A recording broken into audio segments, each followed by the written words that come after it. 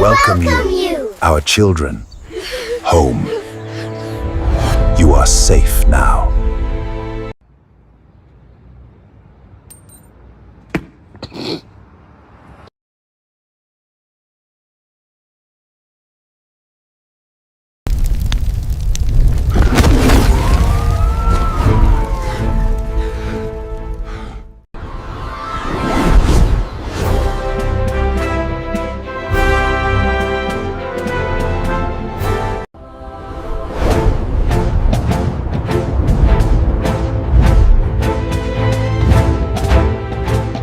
We welcome you, our children, home.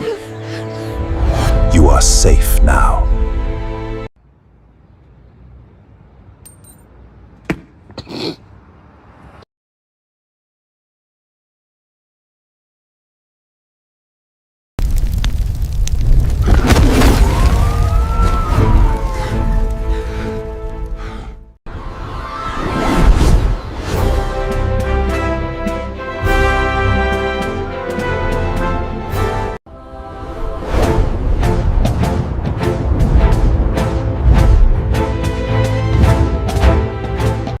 We welcome you, our children, home.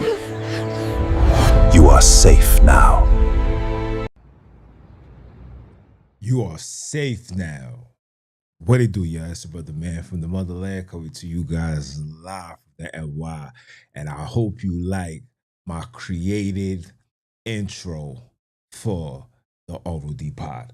And you know, that's the type of time that I'm on. Superheroes.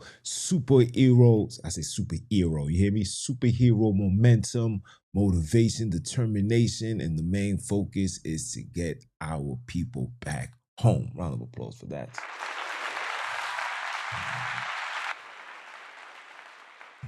Shout out to all the supporters. I appreciate it. It's well needed. Let me issue my apologies. I didn't give you guys the verdict yesterday due to the fact that I had things to do. You know what I'm saying? I had to do a morning workout, work on my shoulders, had to take care of my son, financial aid, and then had to get myself ready to, go out with the Wiz. Yesterday was our date night that we ain't have in a long night, in a long time. So, we went out to go handle BI like T.I., you know what I'm saying? But that's neither here nor there. Had to come on today and just bring forth this fire presentation, should I say this fire live. But of course, gotta let you guys know that the brand new episode's coming out right now. I'm editing it right now as we speak. The deconstructing from hip hop, yes, is mandatory. Shout out to my brothers that's bringing forth the deconstructing from religion, Christianity mainly, because Christianity is the religion that has a massive stronghold on our people. And I didn't want to jump on that bandwagon. I said, you know what? Let me talk about the other issues that's also doing damage. And also, that issue is something that I can relate to because I am a product of what hip hop has created. And, I'm not going to act like it's the best, but I got to be a realist and say, nah, this is part of the reason why, you know, I'm the way that I am, the way that I talk, the way that I function, the way that I process. And it's only right that somebody like myself who broken out of the matrix provide brothers and sisters with that information and let them know, like, nah, bro, hip hop is really doing more damage to us than good. And it's about that time for us as individuals to literally step away. It's like, you know what? We ain't gonna do that. But we're gonna have a conversation today. Um, a lot of you guys are not aware of what's going on right now in the Congo. Um, a lot of genocide is taking place, a lot of raping is taking place, just a lot of nonsense taking place. And it's not just happening in the Congo, it's also happening in Sudan. And when you see where Sudan is, Sudan once upon a time was what you guys call part of Ethiopia, right? The little four and on the corner or whatnot. But what you guys are not understanding is these two countries in Africa are the only two countries that still dealing with high level of genocide, high level of rape, kidnap, butchering, etc., etc. These two, and I repeat, these two countries in Africa, and I'm going to show you why these two places are going through what they're going through. You see, a lot of you guys are not paying attention. You see, when you deconstruct and you break yourself away from the so-called matrix, which I call religion, and you break free, you start to internalize and start putting the pieces together, because you have to put the pieces together in order to know what the heck is going on. If you try to jump one book, jump another book, and try to just cheat your way to the top, you're gonna end up being misled down the wrong path. And some of you guys is gonna turn out becoming full-fledged atheists, which is what these people want, because they don't care if you don't believe in God. They don't care if you don't believe in anything that's coming from the Abrahamic religion. As long as you're not tapping into your Alkebulan spirituality, they don't care. So don't believe in God. Just be a full-fledged atheist. And when you are in a state of atheist, this is when you get overtaken by the spirits that we are calling on. Yes, the spirits, yes. The gods and the religions and the stuff that you practice, you also summon spirits. You're right. That's why they always say pray on somebody, because when you pray on somebody, you're possessing, you're putting, you are allowing a foreign entity to overtake these individuals. You understand? So for me, knowing these things and breaking out of it, my job was to provide you guys with an in-depth understanding into why these two places are still suffering. So before I do that, right, let me show my screen right here, right, so you guys can see. This is August 2nd, people. This is today, guys. This is today.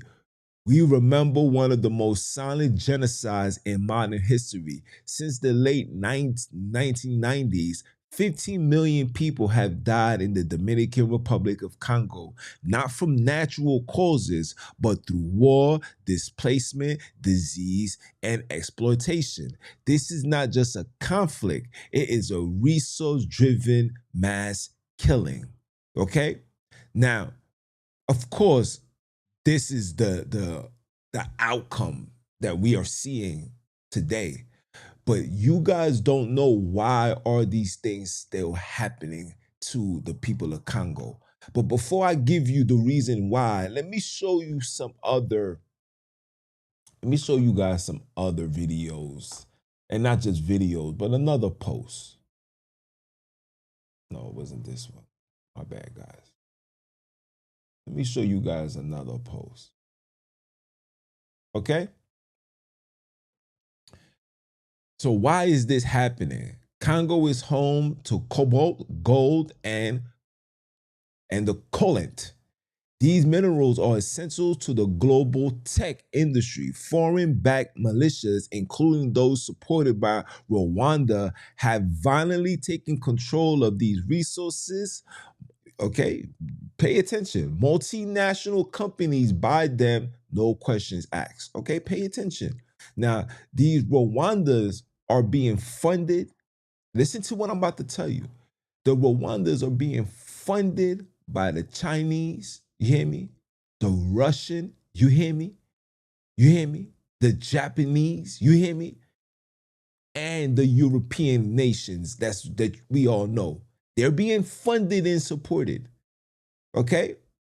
They're not breaking bread with the people. They rather pay these Rwandans, and they're gonna take less because they're giving them guns. They're giving them what they call that, tanks, rocket launchers. These people are getting all of the, and the sad thing is these people are getting the old versions. Not the upgraded, up to date with the heat-seeking missiles and the goggles with the they getting the 1996 Gulf War weapons, okay, the old AK-47s and all that. I just want you guys to understand exactly what's going on. Pay attention. We're gonna have a conversation, okay? Let me pull this up for you guys. Oh, it's finally finished downloading. Good.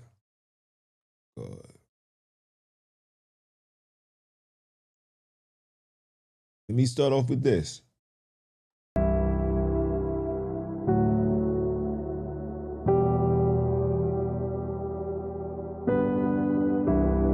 You guys know about the Leopold, right?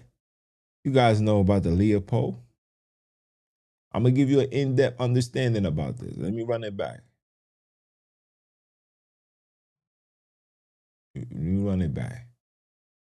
Listen, pay attention.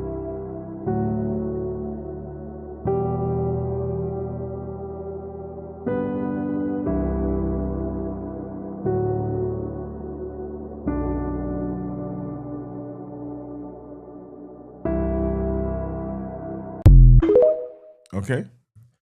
And like I said, we're gonna play the videos and I'm gonna show you why the Congo and what you call Sudan and these areas, even in Ethiopia, why they're still suffering in 2024. I'm gonna show you. Yeah, this is the one I wanted to play. Check this out. Check this one out, guys. How did one man turn an entire country into his How did one man? You asked this question, right?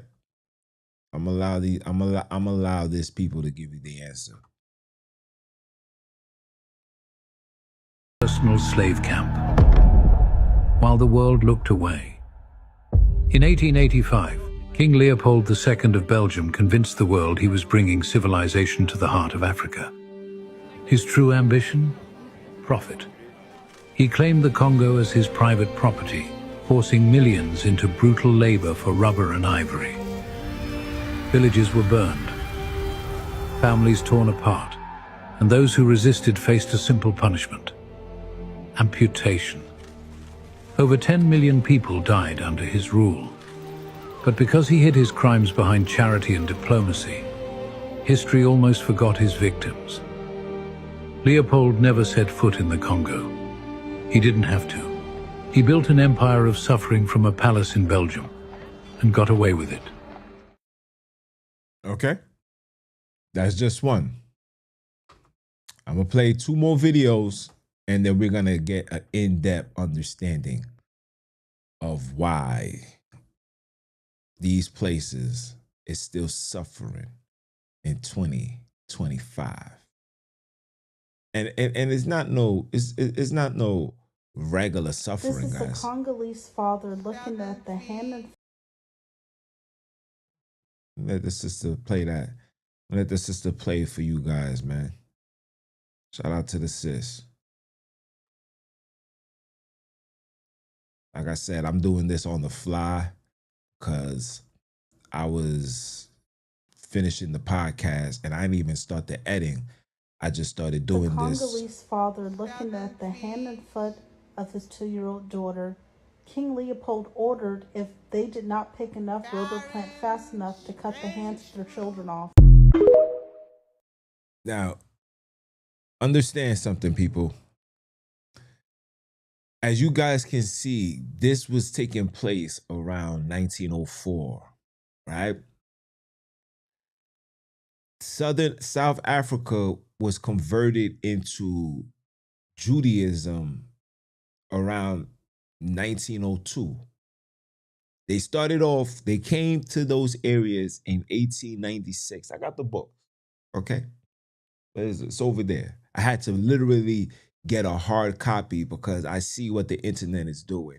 They're hiding information. When you start bringing forth the truth, the facts, they tend to hide it. But anyway, They came into South Africa in 1896 and they stayed there for 6 years, 6 to 7 years. And within those 6 and 7 years, they opened up a church. And the objective was to convert the Black people into another source or another form of the Abrahamic religion. Remember, the East had the Middle East already had Islam. That's the Abrahamic religion.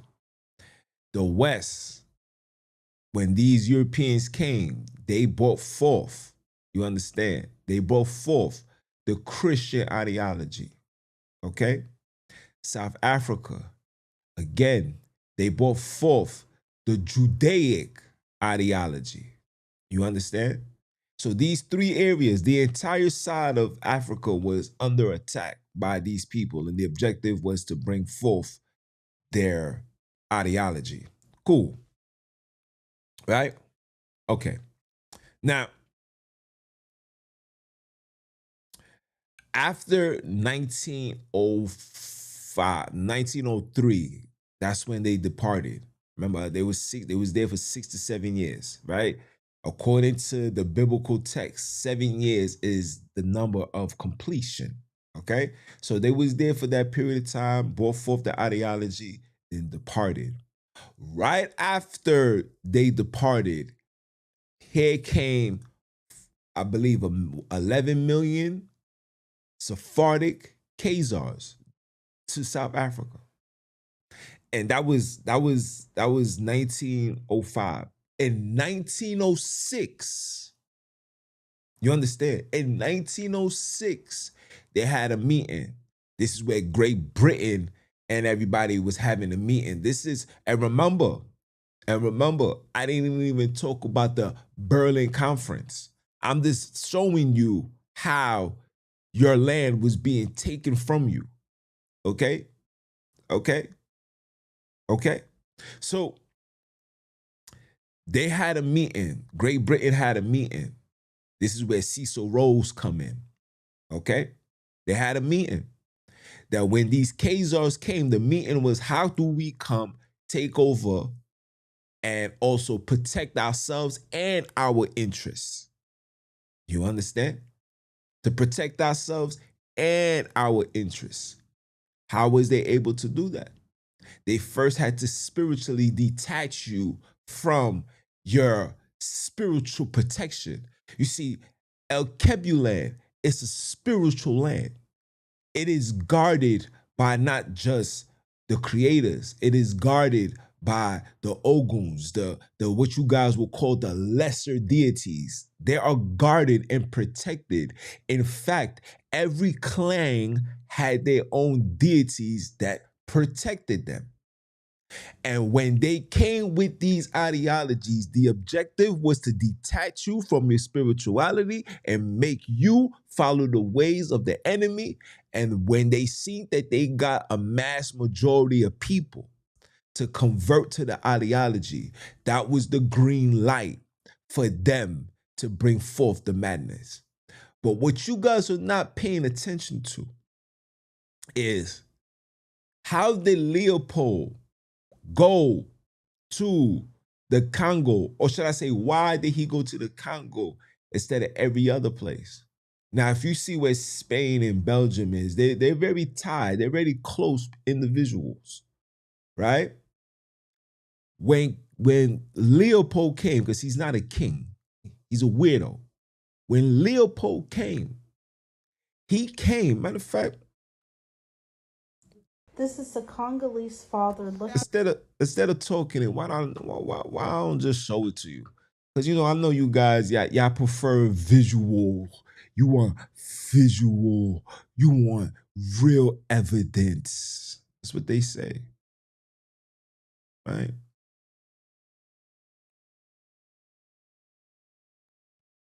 And did I not save this?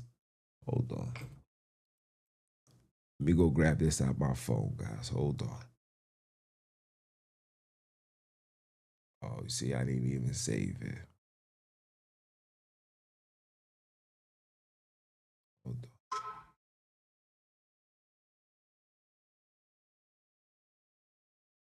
There we go. Let me send this. Let me send this to my computer so you guys can get a clear understanding into what I'm trying to bring forth and have you guys to understand, because it seems like you guys are still sleeping. But that's neither here nor there. The saying goes on this podcast, you should know these facts, and the facts are gonna set you free. It's not. This is nothing to do with no Euro Christian ideology. All of this is complete bogus. I'm telling you. Anybody that's bringing forth this no,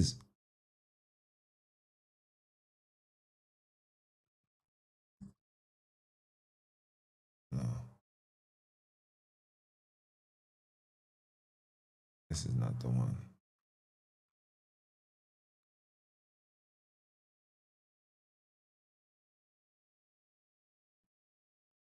Hold on, guys.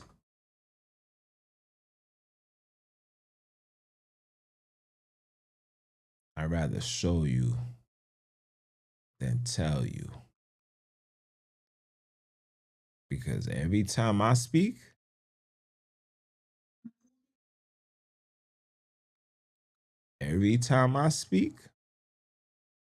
you guys say that I be bugging.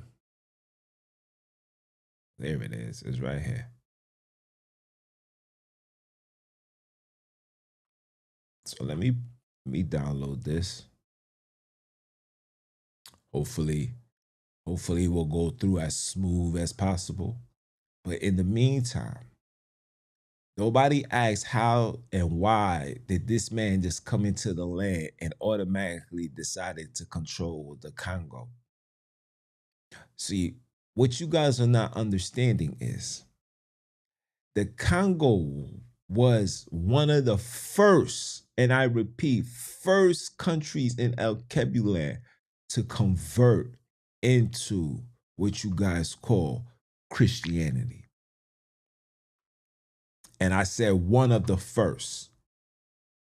And I know before I said this was they was the first, meaning they was the ones that did it and everybody else followed suit. But doing my research, it wasn't. They wasn't the first. And I'm going to show you who was the first after this video convert. I'm going to show you guys who was the first after this video convert. Okay?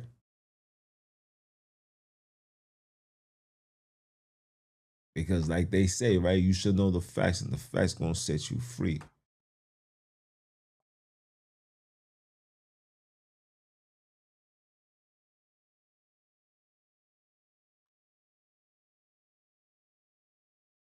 Oh, right here.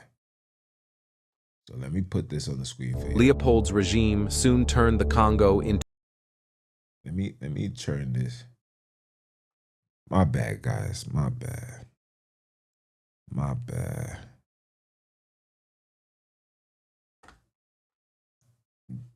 Expand it for you guys. You know what I'm saying? Expand it. Let's run it back. Leopold's regime soon turned the Congo into a vast labor camp centered on the extraction of ivory and later rubber, a resource that grew immensely valuable with the rise of industrialization. The rubber quotas were enforced with barbaric methods by the Force Publique, a colonial militia notorious for its cruelty.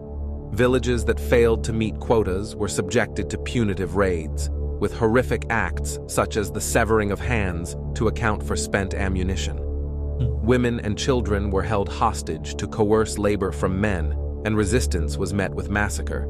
Under Leopold's rule, an estimated 10 million Congolese perished from forced labor, violence, famine, and disease, while countless others were maimed. The sheer scale of human suffering drew international condemnation.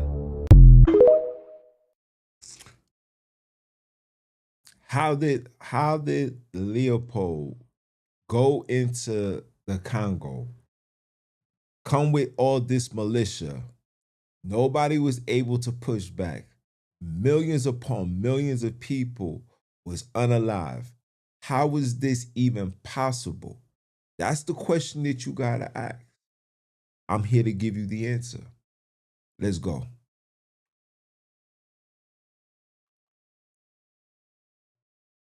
Let's go. Oh, this is not it. I'm gonna give you the answer. I'm gonna give you the answer right now.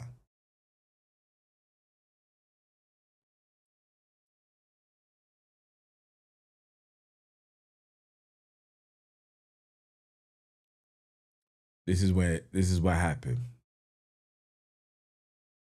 Now, the reason why the Congo and Ethiopia, aka parts of Sudan, why these areas are suffering is because they committed an act of treason. You hear what I'm saying to you? Treason. You see how my phone just went off? Message, true word. They committed an act of treason. And because of that, they had to suffer. Okay?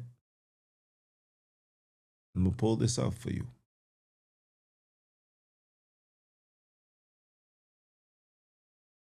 Okay? Now I want you guys to see this. What is this? Let me hit my share screen. Is this what it look like? You see YouTube messing with my head count. You see what they do. They always do this. This is why I need my moderators. You know what I'm saying? My moderators always make sure everything is copacetic. Okay.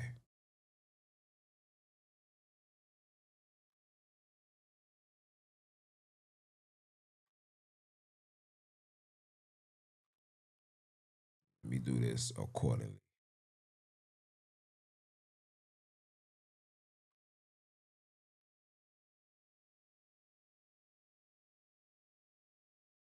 And but I have to make myself a little shorter. We're gonna make myself a little shorter. Bear with me, guys. This is all on the fly. All on the fly. Okay? This is all on the fly. Aksum and Ethiopia.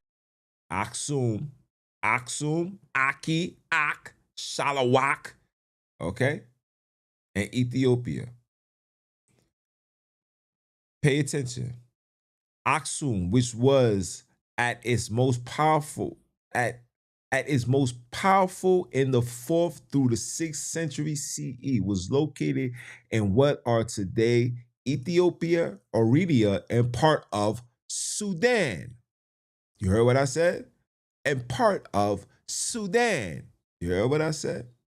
At its high point, Aksum extended its influence beyond Africa into parts of southern Arabian Peninsula, as shown on the map below. Aksum was a great trade empire with its own coinage, its own language, and its own distinctive Christian church. If you are familiar with the accounts of Queen of Sheba, you know pieces of the story that Ethiopian used to explain the origin of the Ethiopian Solomonic dynasty and their possessions of the Ark of the Covenant. Okay? It says, unlike some regions in Africa, Ethiopia had very fertile volcanic soils that supported large populations. Climatic variations found at the different elevations throughout Ethiopia also encouraged archaeological diversification and trade around 700 BCE. There was population growth in the region that correspond with the archaeological revolution, right? While some demonstrated animals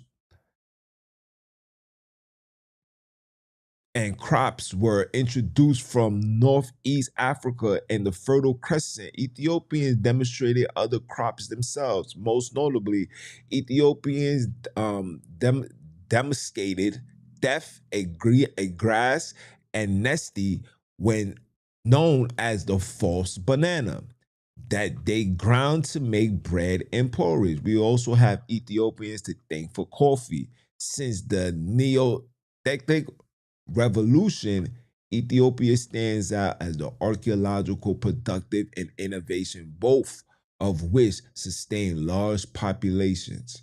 Okay? Now, I just wanted to just give you guys this. You see the image. This is Queen Sheba. You see the cross. You see all of this, right? I want you guys to see this. Cool.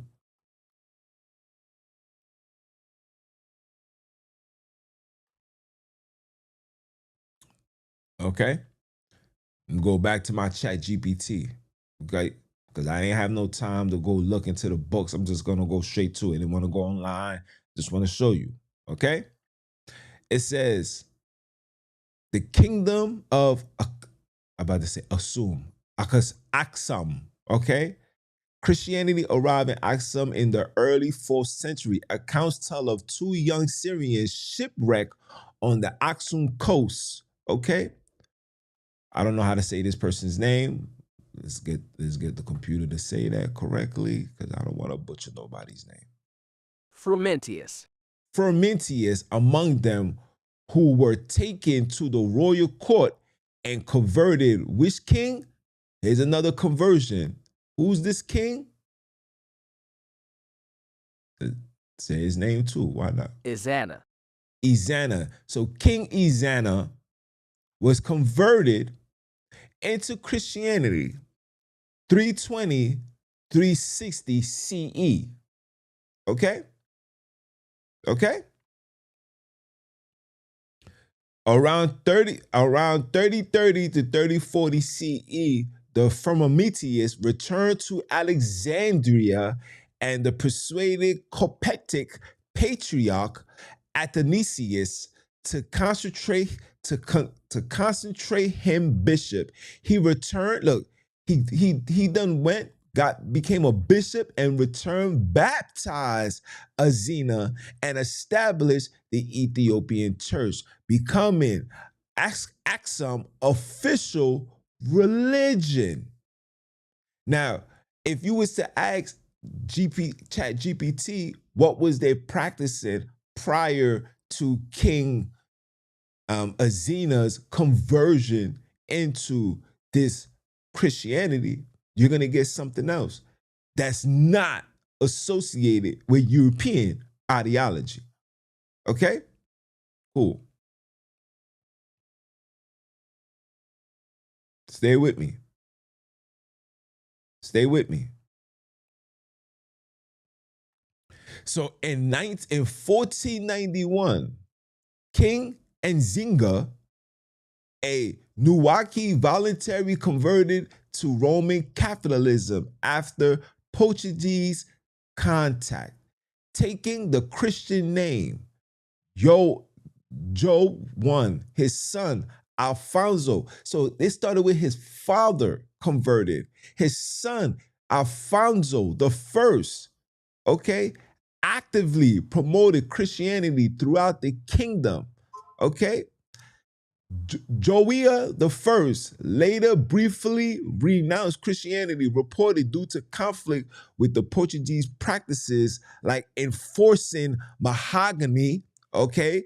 One wife, one God, okay? You say, hold on, we don't do this. I mean, I can't have, jeez, if you think of another woman, you have committed adultery, okay? Incompatible with local, maternal, and political norms. So now, when we started converting and following their ways, okay, remember, religion and government are one and the same. They both the same. You can't have no government established without a religious foundation. Just like India, Iraq, Iran, these Middle Easterns, their Abrahamic religion is the foundation of their governance. Their government is circulated around their so-called religious beliefs. So when they brought that into the Congo started seeing this doesn't make sense. This doesn't equal up to what we did culturally, heritagely. Okay? All right? We wasn't doing these things culturally. Okay? So we converted into this ideology. When they see that we was not following suit, this is where the slavery and everything started happening. Okay? So 1491, King Alfonso established a distinctive African Catholic church, blending Roman teachings with Congo spirituality. This is what you guys are getting now. Remember what the Bible said, there's nothing new under the sun? Yes, this is what you're getting now. You're getting black people associated African spirituality and try to tie it in with the Roman Christian ideology. And I promise you, like I said before, all of these things is gonna go by the wayside. It will never stand. I promise you, it will never stand. There will be no exodus. There will be no saving. There will be no uplifting. There will be no Sunini coming to come and save what? Euro-Christian ideology? You have to make that make sense. None of these things is going to happen. And I'm going to show you. I got a whole lot more for you, right? Let's read this. Okay? Let's read this. It says, the initial contact between the Portuguese and the people of the Congo resulted in somewhat mutual beneficial relationship between the two groups. In general, the relationship between the Western and Central African people and the European explorers during the what? The late 15th century through the 16th century were relatively peaceful. Okay? Of course it's going to be peaceful, guys. They have to break you spiritually before they invade. The first invasion of Africa was not Europeans, but the European religious ideology. Okay? Okay? Let's continue. There was a commercial tie that kept both groups friendly towards each other. Some scholars have described this trade relationship as exploitative, stating that the Europeans have forced African groups into colonial trade that result in Africans giving up valuable resources in a form of slaves and raw material for less valuable European manufactured goods they would soon become dependent on. Africanist J.K. Theron suggests that African manufacturers was more equipped at dealing with the competition of manufactured materials coming in from pre-industrial Europe. Thorne argues that the Atlantic trade was not essential to the African economy, as scholars had once believed. In the case of the Portuguese and the Kingdom of Kongo, Portugal's initial interest in the Kingdom of Kongo was not to dominate the people administratively or economically, but to form a simple trade connected and to continue the grown mission of spread Christianity. This is what they want you to believe. But in reality, that's not what it was. That's not what it was. They always had their eyes out into taking. They never cared for peaceful. These people don't know. Look, let me show my face. Hold on. Let me show my face, because check this out. These people do not know what peace is. If you look under their history and you go down the rabbit hole, you will see that these people have been warring with each other from the very beginning. Why you think they call him Alexander the Great? Why you think they was always, when you got the Vikings and these people, they was always on that type of time? That's in their DNA. They do not know how to function and love, peace, and unity. It's not in their DNA. It's not. The reason why they stopped warring with each other is when they came to Africa, they said, why do we need to express killing our fellow comrades when it's enough food for all of us to eat here? Why you think they can't leave in 2025? This is not a coincidence. Let us continue. Come on, guys. Oh, hold on. Here we go. Let's continue. Okay? It says the conversation of the Kingdom of Congo.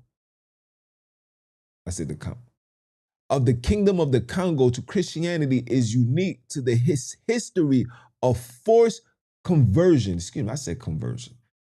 By European across the Atlantic, while many indigenous nations and communities around the Atlantic world were brought to Christianity's conversion by violent means, the arrival of Christianity in the Congo, in the Kingdom of Congo, was led in part by the Congolese leadership. Okay? So the Congos was the first African country outside of the Aksum, which is in Ethiopia, Sudan, etc., was the people that openly, comfortably converted into this ideology. Free 99, no complaints, no questions asked. They said, Jesus? Yes. Islam? Yes. Yes. And because of that, and because of these conversions, you committed treason on the land of El Kebulan. And by default, the ancestors, the creators, allow you to this very day to suffer. It's going to take the outside sources, whether it's in America, whether it's in Burkina Faso, whether it's in, I can't even say South Africa, because South Africa has been overtaken by the Abrahamic Christianity and Judaism at its highest order. We got brothers and sisters really believing that they was keeping the laws and the commandments and this and that, and then the Western came, the Europeans came and found the scrolls, and they took the scrolls and rewrote it, and out came their own. This is lies, bro. All lies. These people came with this ideology, was renaming these areas. I'm telling you guys, you go do your homework. Don't listen to me. Johannesburg wasn't Johannesburg prior to the arrival of Albert Christian and converted the entire southern region of Africa into Judaism. It was not called Johannesburg. I forgot the original name. If anybody from the sub-Sahara South Africa, see, I was about to say the Holy Land. We don't have nothing holy, nothing separate. Okay? This is a family created continent that was exploited, corrupted, invaded, segregated by them intentionally, and caused division based on using what tactics? Religion. You understand? Prior to 1896, our people that have no recollection of any Judaism, any commandments, any feast days. Our people, they know none of these things. The people in South Africa, they know none of these things. Nobody asks why did Albert Christian go to South Africa, why he ain't take his practices up to the west side of Africa. Why? Because that was not the objective. Because he was taught by Albert Christian. I got the books. Hold on. Let me go get the book. Hold on.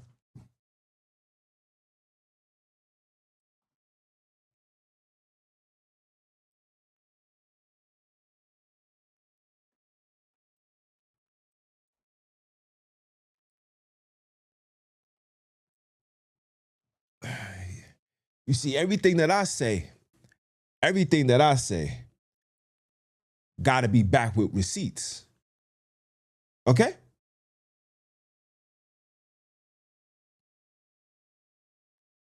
Everything and anything that I talk about must be backed with receipts. All right?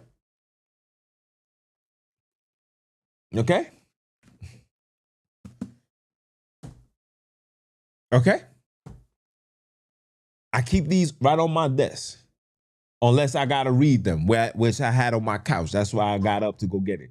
Everything stays on my desk. Okay? For those that just tuned in.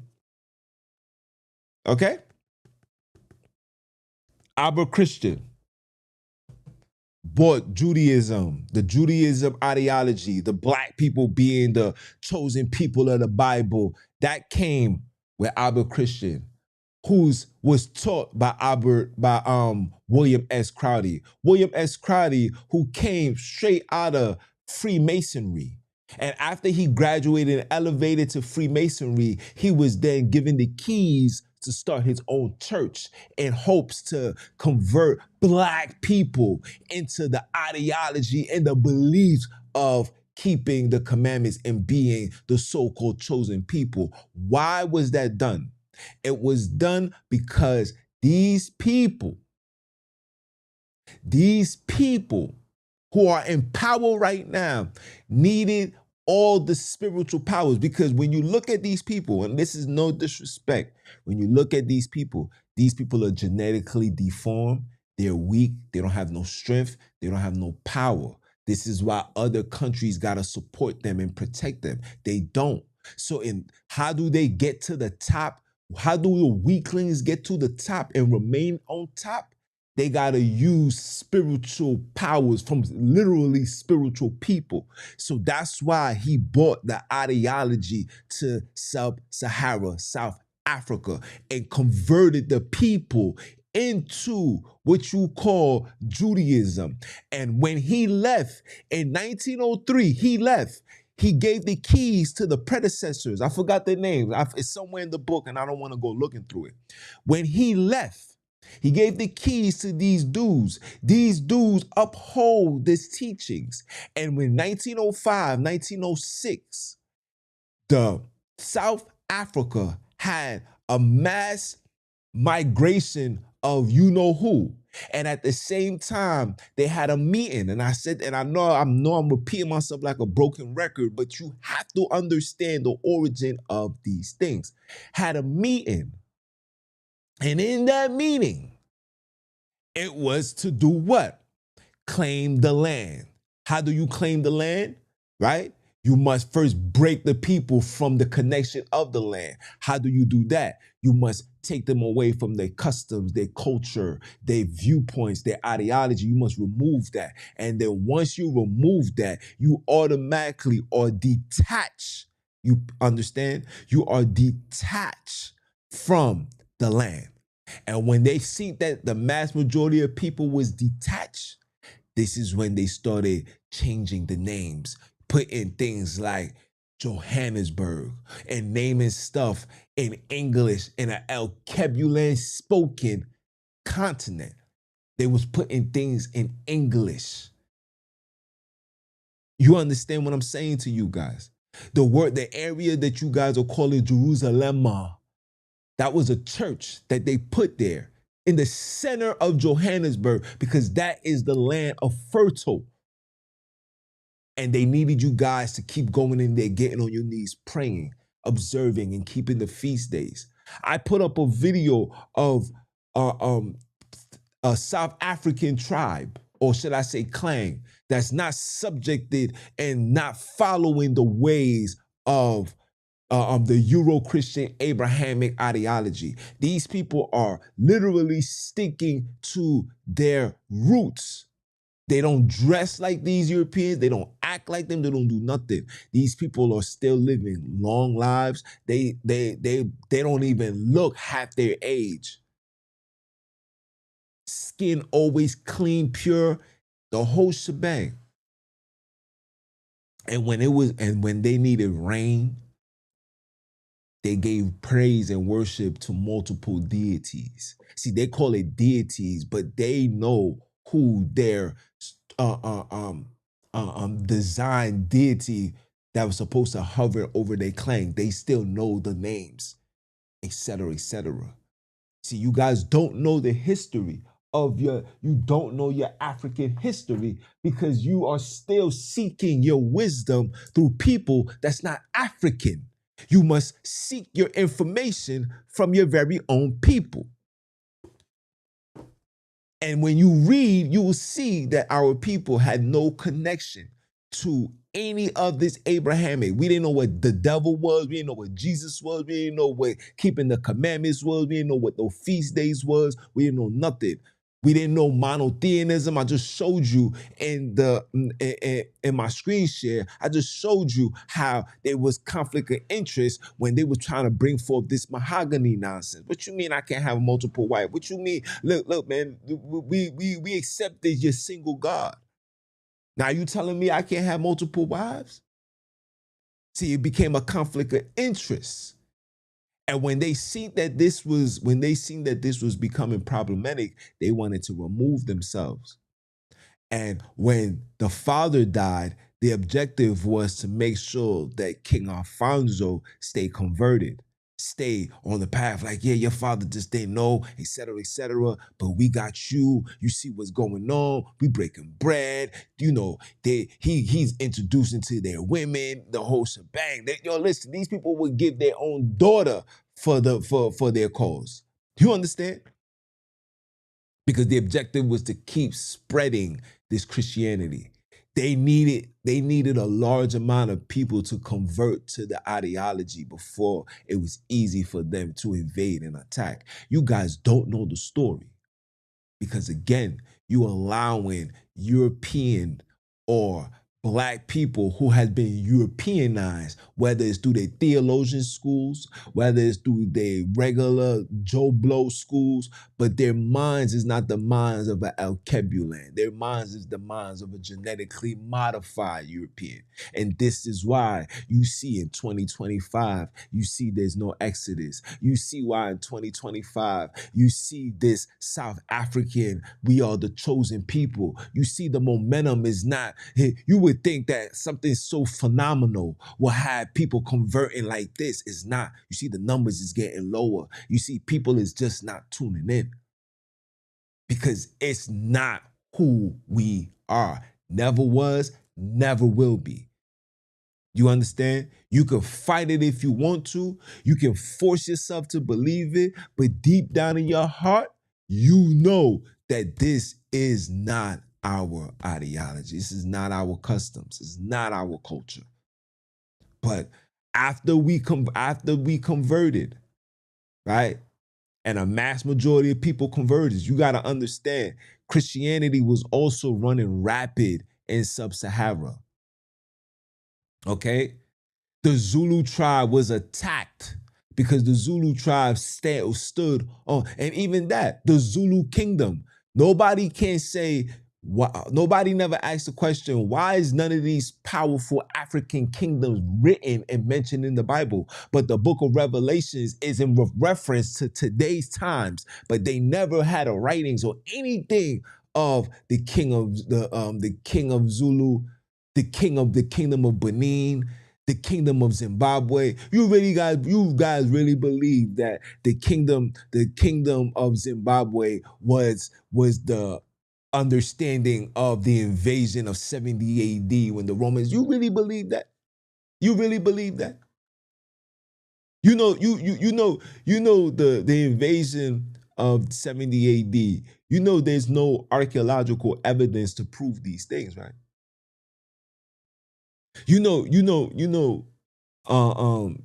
Josephus, his writings, that writings came years later. You guys are aware of this, right? I hope you guys are paying attention because, again, you guys are being fed lies and you don't understand why. Why is the Congo still suffering in 2025 is because of this conversion being done freely. We converted freely into this ideology. Just like Ethiopia converted freely into the ideology. And this is why in 2025, you see that out of all the areas in Africa, those two places are still suffering the most because those two areas committed treason upon the land. They created something that detached the people from mama love. They created an ideology that detached the people from the creators. And when the people started complaining and started saying, this is not making sense, this is not adding up, King Alfonso decided to merge Christianity with African spirituality. It's right here. It's right here. The conversion of the Kingdom of the Kongo to Christianity is unique to the history of the forced conversions by Europeans across the Atlantic. While many indigenous nations and communities around the Atlantic world were brought to Christianity's conversion by violent means, the arrival of Christianity in the Kingdom of Kongo was led in part by the Congolese leadership. In the case of the Congo, pity and profit came hand in hand when the Portugal explorer Diego Cios sailed up to the Congo River in 1483. He left some of his men in the Kingdom of Congo capital, Mbanzina, Congo, and it turned took 5 Congo nobles with him. In his 1485 return to Portugal, these nobles were treated as such in Portugal and received education in the Portuguese language, cultural customs, and of course, in the Catholic religion. When they returned to the Congo, they described the friendship they had received in Portugal and brought with them expensive gifts for the king. Okay? Nizanga, I can't say that, so pardon me. The Nzanga sent another small group of nobles back to Portugal for training and requested Portugal architects and missionaries be sent to Congo. Okay? In 1491, Diego Cios returned with a group of Portugal soldiers. You see, this is how they hide it. They brought Portugal soldiers. Okay? Where was I? Portugal soldiers, Congo men trained in Portugal and in the Portuguese missionary and Roman Catholic priests under his free will. The Eniza asked to be baptized. Nzinga asked to be baptized. His nobles were also baptized. King Nzinga adopted the name Joa the First after the Portuguese ruling King Joa II. Towards the end of his reign, Joa I turned away from Christianity, returning back to his native belief, but his son Alfonso and Biva, a Nzinga, would remain a Christian. So he went there. He said, "Oh yeah, now I want to go back to my El Kebulan roots." But the son, remember what the Bible said. Remember what it says. Train up a child from young, so when they get old, they won't depart. You see, he was already a grown-ass man. So when he really, no, this ain't for me. But the son, he was trained from a child. Huh? Where's the uproar? You still not understanding why the Congo is still suffering in 2025? Huh? Let's read some more. Let's read some more.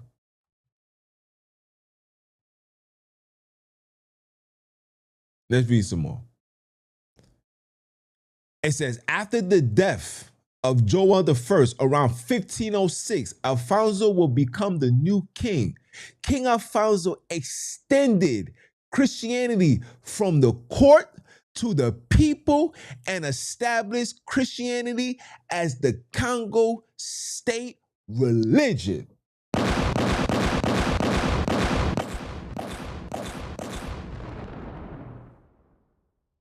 Don't get misconstrued and say, but there was Christianity. Christianity, that's not keeping the commandment. Christianity, no, my brother, they're all under the same umbrella. Okay? When it rains, they put the same umbrella on. They don't change the umbrella, bro. It's the same protection. Wake up. Okay? Look, let's read some more. It said, along with the Portuguese advisors, Alfonso created a synthetic version of Christianity. Listen, a synthetic version of Christianity that did what? That combined Roman Catholic doctrine with the traditional Congo cosmology. So when you hear brothers say, Sunini na nini is in the Bible, the copy and paste, pimping. When you hear Sunini na nini, oh, it's Olamari, Omodimo, and all of this madness, it's a copy and paste. People, you're trying to convert two different things. That's like sand and water. You try to put them together, they don't match. They're not supposed to be. You're putting two things together that has absolutely no correlation. And because of that,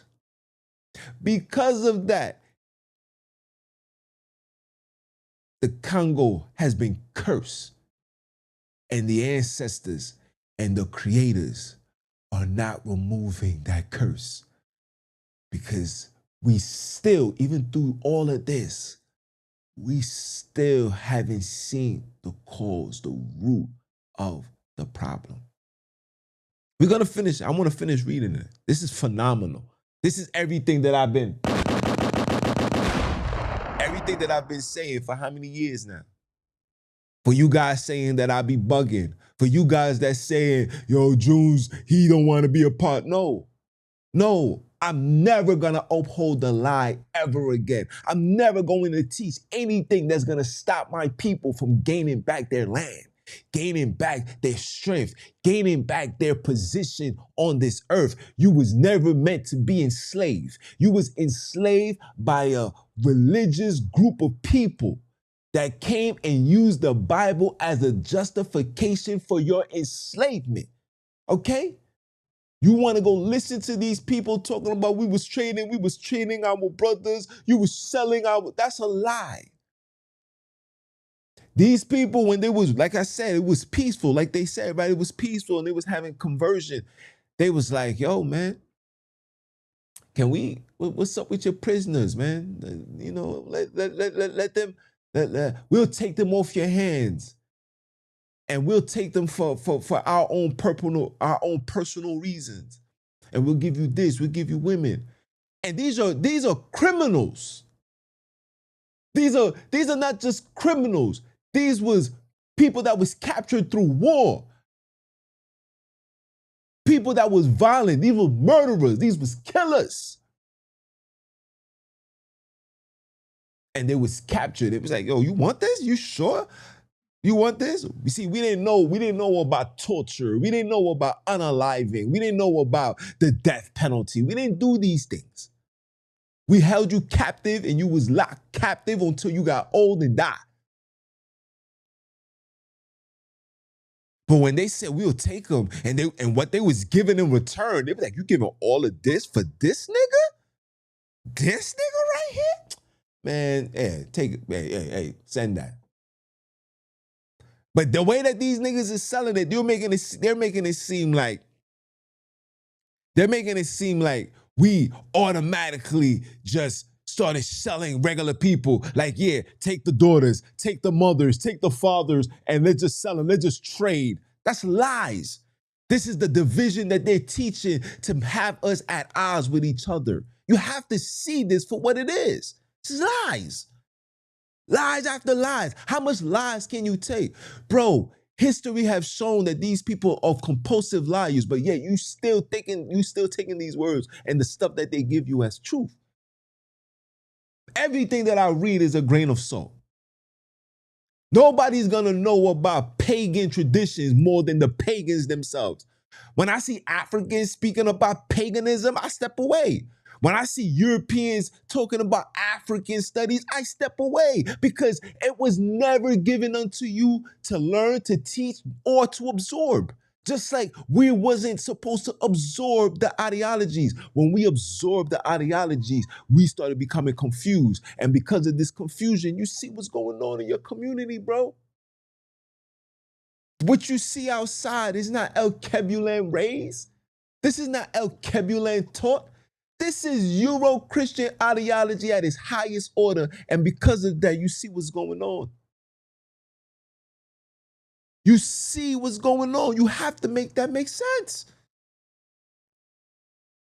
Let's continue.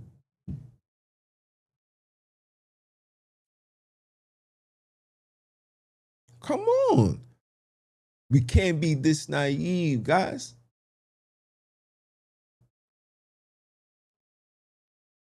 We can't be this naive. At some point, we got to wake up and say, hold on, this stuff is not making sense. Bro, 4, 5, bro, you acting like, listen, you guys are acting like when we converted into these religions, we wasn't calling on and we wasn't preaching. You acting like when these Congolinians was getting their hands chopped off, their foot chopped off, you acting like we wasn't praying. You acting like we wasn't seeking Jesus. Jesus ain't never come. 400 years later, Jesus still hasn't come. 400 years later, you have a new version of a doctrine that's being forced upon people. You got black people really sitting here believing that, oh, Sunini's going to soon come. He's going to get us out of America. We're going to go to Africa and we're going to be everything. You really believe that? It hurts my heart to see that our people is really stuck in this phase. It hurts my heart to see my people still stuck in this phase. You really believe that? Oh, my jeez. Let's continue. Why did you go back? Oh, my bad. Let's continue. Okay? It says the use of Congo cosmology regarding religious terms, God, right? God was equal to, you see, Nzambi. You see?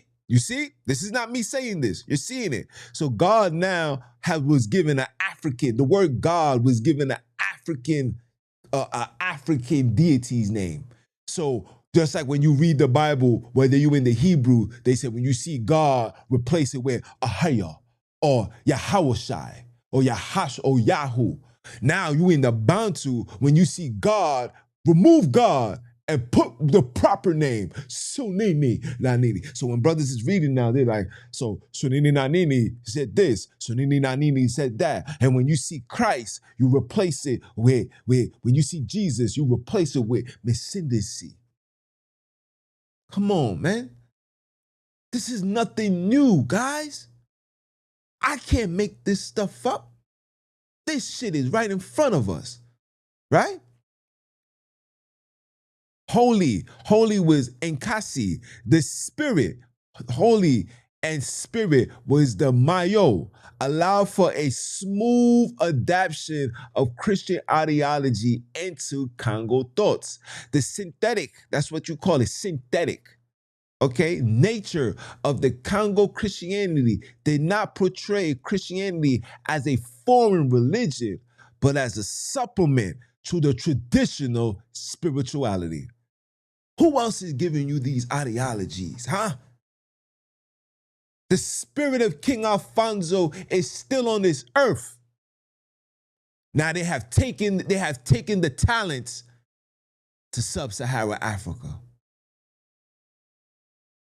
You got El Kebulan people from, listen, for those that's in the Western world, that's here in captivity,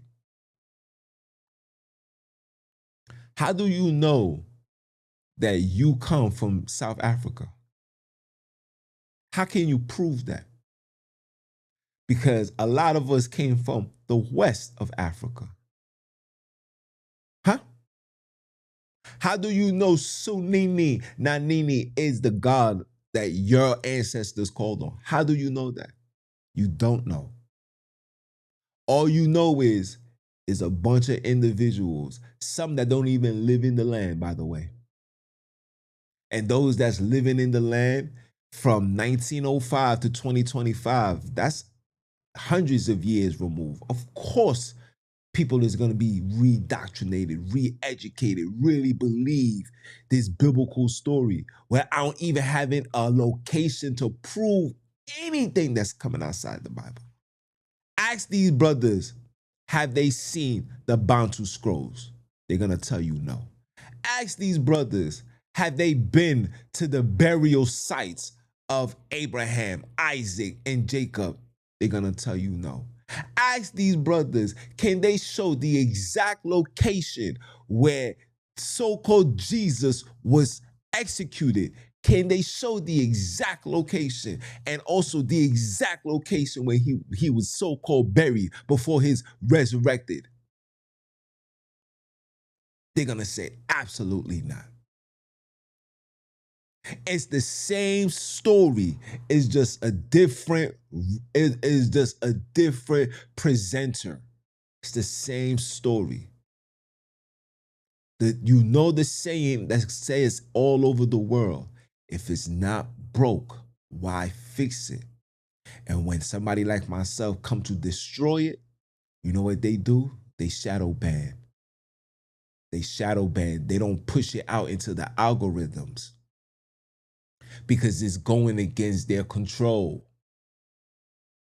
They like I told you, they don't mind if you leave Christianity. They don't mind if you leave Islam, Judaism. But as long as you are an atheist, that's fine with them.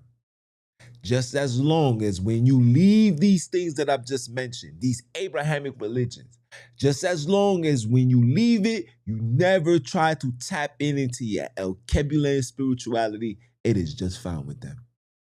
But here I am, Junes, the original, tells you, nah, bro. Not only do we deconstruct and denounce it, whether it's their ideology, even the language, we got to denounce English.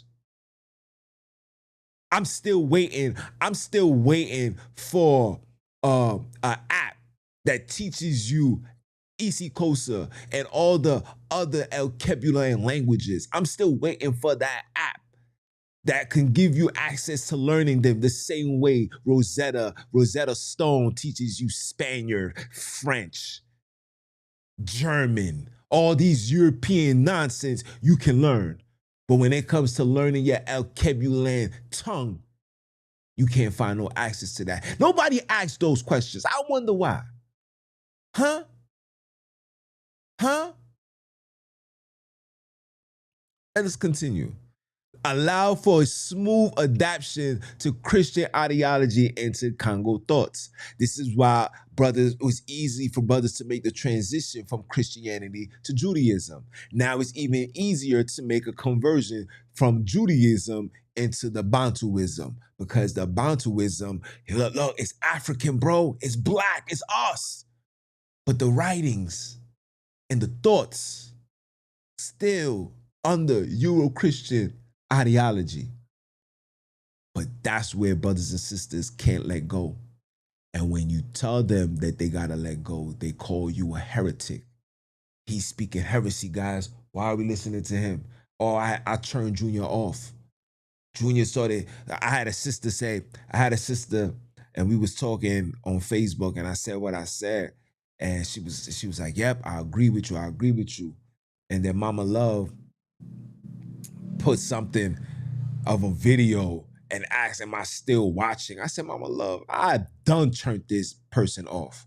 Once I found out, for one, where this person was located, for two, the background of his view process, and three, once I realized where the origin of this religion came into sub-Saharan Africa, clip was a dub. Especially the what they call that, especially the references, the things that these people were saying. I'm like, hold on, that's giving praise to the devil. Nah, this not making sense. And while I'm having this conversation, while I'm saying, nah, I'm doing this, I also said what I'm saying now as far as these people bringing forth this ideology. And when I say that the creators is not just a male deity, bro, you got to make that make sense. A male cannot create the entire world, people. It takes two to dance. You cannot put, a child cannot be put forth on this earth solely by a man. And if you are a bare mortal, meaning that you have absolutely no power, how are you going to say, oh yeah, we just going to give praise and honor to the Father, not acknowledge your mother? Would you do that in real life? Would you walk inside the house and say, hey, Dad, how you doing? And look at your moms and just walk right past her? Meanwhile, she done did your laundry. She done pour food for you. She done had the water running so you can take a shower. You're going to just walk right past her? Who gave you this ideology? Who gave you this ideology? Similar to this right here, right? The same people that gave you this ideology gave you this.